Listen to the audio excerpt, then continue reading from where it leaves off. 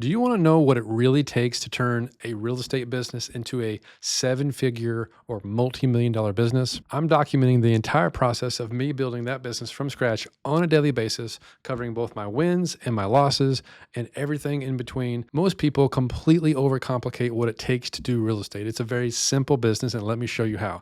And this is how I'm going to build a seven-figure business using real estate from the ground up. No hype, just real deals using real numbers and showing you my lessons learned along the way. All right, jumping over to our Skool community, let's address some of these questions. So Charles has a LOI accepted. Let's check in on this. So he has a letter of intent accepted, and he's looking for some input. Okay, so he has this 90 unit property that he has an LOI that's been accepted, but now that he's doing his underwriting a little bit deeper, he's finding that the deal isn't quite as sweet as maybe he thought. So his current offer price they accepted was $4 million, 90 unit, and he used an expense ratio of 45%, and this was a forecasted 14% cash on cash return, which is pretty good. We like to target 15, but 14.4 still works. And the total down payment is 32% versus 30. We'd like to stay under 25. And so when I factor in the $200,000 of repair costs, the metrics shift. So if you found out there's now repair costs, then your cash on cash will go down and the down payment will go up, or the total amount of money required will go up. And he's asking, would this still qualify as a viable deal? So 12.47 is okay. I think I just want to understand more about this circumstance before I make a call if this is a good deal or not. I think this might be a cash out situation. And so you're going to need to get a bank loan. And so a lot of this will determine your cash on cash return will be based on what kind of financing you can qualify for. And so he's asking what kind of adjustment he can make, and your financing could solve for this, but I don't know what assumptions you use for the financing structure, so it's hard to say. The CapEx allocation, like if the $200,000 is a good number, then that's fine. Like how much does the property actually need in repair? That's what that CapEx number should be. And so really the only variable you have to play with as far as negotiating is your purchase price. So your purchase price may have to come down if everything else here is real. But what we're short here on details is what kind of financing. So I'm not sure where this is.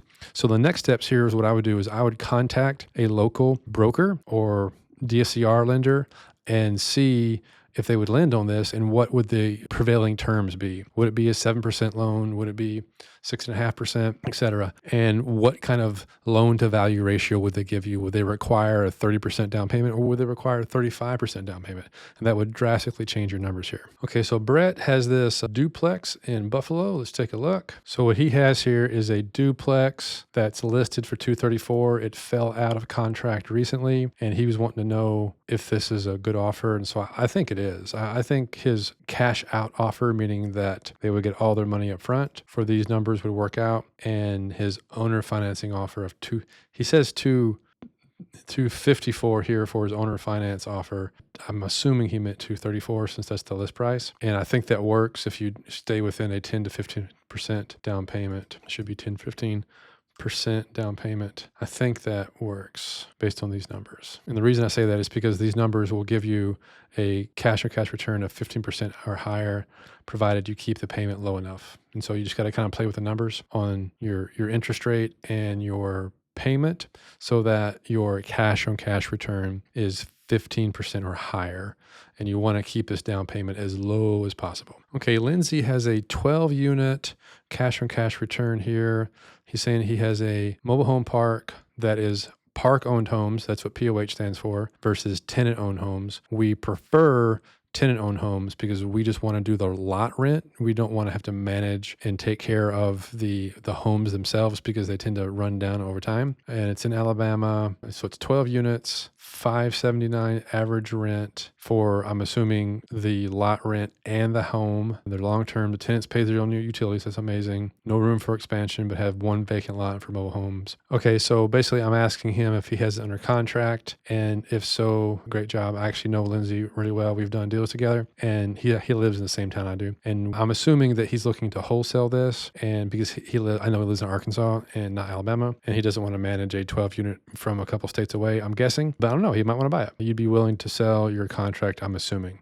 So he's shopping for deals, and he have a couple people that have reached out. And so a little bit of feedback here is I like that he said between 12 and 17%, but that's a big range. Like, is it 12 or is it 17? I think I'd want to run the numbers in a way that was a little more precise. I would jazz this up a little bit. This is a little bit of an eye chart. I would say 12 unit mobile home park available with 15% ROI or whatever cap rate it is, a 12% cap rate. That's what my title would be. And then I kind of like this. He does clarify he's looking for a cash buyer. I prefer using capital partner because if someone came in and said, hey, I'll bring the money to bear, but will you do the work? I might JV on that. And so I don't want to rule that out by saying cash buyer because ultimately we want to own properties. Like wholesaling is fine when that's what makes sense, but we want to be investors that are owning properties. And that's where you're going to build the real wealth from. We make money on deals so that we can pay for our marketing and our efforts. This leaves me with a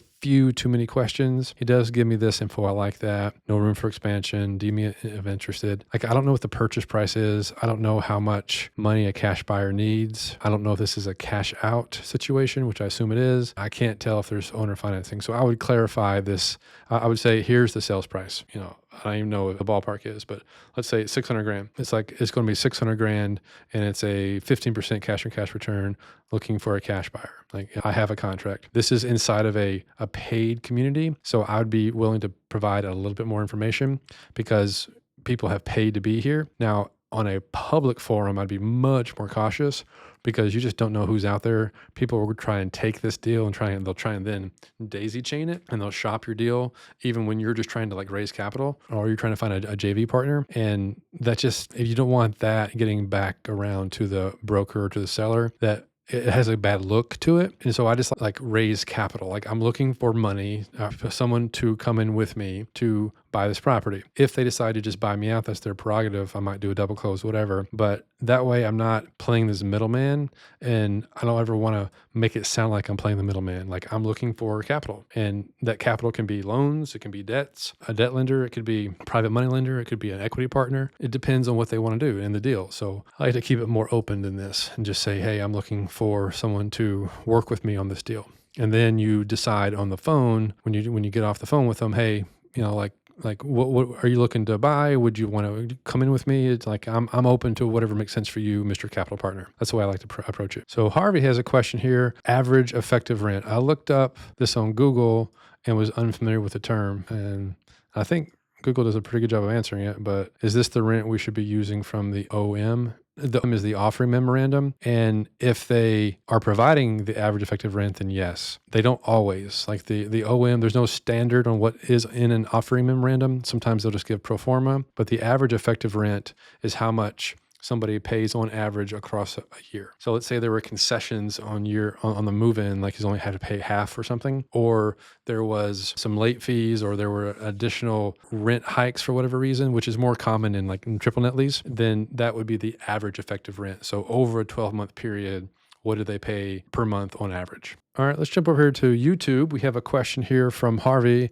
He says, great video. Is this a typical schedule for you in a day? He's basically answering about the daily update I did here. How much time does this list take you to do every day? I think what he's talking about here is me going through the 4 or 5 things that I do so this list, I'm assuming, like this list of things that I go through, how long does it take me to record this? And so I'm 10, 15 minutes into this already. And I'm still just answering questions. And so it varies. I would say between 30 and 45 minutes to answer and record questions, and then another 30 to 45 minutes in order to actually edit and get a thumbnail and upload it to YouTube and post it. All right. That is questions answered right there. And let's talk about building and strategizing this work live. So this is the portfolios and the deals that I'm working on right now. So right now we're working on this RV park, and I am waiting on a capital partner to commit if they want to be a part of it or not. I'm still kind of waiting on that. And I did get the quote in for this. And so it was actually not that bad at all. It was about $1,500. And we're talking about a purchase price of in the order of $1.7 million. And this is the closing cost. That does not count my lender costs, which will probably be triple that, but at least just for the title work and the closing exercise, it's about $1,500 for me. Now, I also talked to a lender on this, and I mentioned this briefly yesterday, but it's worth going into, is they will offer a 70% loan to value loan, and the interest rate is a lot higher than I thought. So I was underwriting at 7 to 7.5, and actually it's 8.5. So this could blow up the deal. Like, it could make it so that it's not worth it to me. I may have to either renegotiate or just cancel the deal, because I'm not finding loans that are really any better than this for an RV park. This is a 25-year AM schedule when it's a 10-year balloon. So I actually like the 10-year balloon, meaning that this interest rate is fixed for 10 years. And then at the end of 10 years, I'd have to refi. Okay, next is this 8 unit right here that we have a confirmed PSA, and we're at this point about to send in the earnest money deposit, which I believe, if memory serves, is about $2K. So in our group, if you get a property under contract and you need to come up with $2K, but you don't have it, or maybe let's say this ends up being something higher, like 10 to 20K, you just don't have that kind of cash, people in our group will come in and they will fund this earnest money deposit in exchange for, some sort of return. They may ask for a 50% return. So if they put in 10K at the closing, they want to get 15K. That would be, let me move my face out of there. That would be 15K. So you put in 10K, and then at closing, the part of your assignment fee or your acquisition fee or whatever capital comes to play would pay your lender back 10%, the original principal plus this 50%, which in this case would be another $5,000. So they'd make a total of $5,000 and they would get 15K back. That would be an earnest money loan. And that's a really good way to get started when you don't have a lot of cash yourself. You can get these good deals, and you don't even have money for earnest money, which is like, it's fine. There's no shame in that. Use people in our community who will, because there are people who have IRAs that have just money. They have anywhere between 5 and 50K just sitting in their IRA, just sitting there idle, and they would love to be able to make returns like this by loaning you money, and that would take them between 1 and 3 months, right? And so that's one of the benefits of being inside of a community, is that the community can do deals together. All right, zoom back in there. Let's clean this up a little bit. Okay. All right. So now we're going to talk about this 50 unit. So this seller has been very uncooperative, and they keep giving us hassle. And we thought we finally convinced them to sign the PSA. And now they came back and said that they want a higher down payment. So I think, if memory serves, our down payment was going to be $400K, and now they want $440. So they raised their amount that they wanted down, which is why it's nice to get these properties under contract and actually sign, because when you wait, the longer the seller waits, the greedier they get, because they want their piece, which, it's fine. But like we've come to it, and we verbally have said this is what's going to happen, and then they've been uncooperative with making it easy for us to do our due diligence. And so for them being uncooperative, they have now raised their price, and it's like, dude, like, you're killing me. And so we said, if we can make the 440 work, then we're going to have to adjust our payment to you per month, and then you got to sign the PSA. Like, we're over it. You keep yanking us around. You're making it difficult for us. We've been as forthright and honest with you as possible. And it's like, we need to have a little bit of a heart-to-heart conversation with the seller, because they keep moving the target on us, and that's tough. And they're not even making it easy for us to hit the target, because they're not giving us what we need to be able to raise capital. All right, let's move my face up here so we can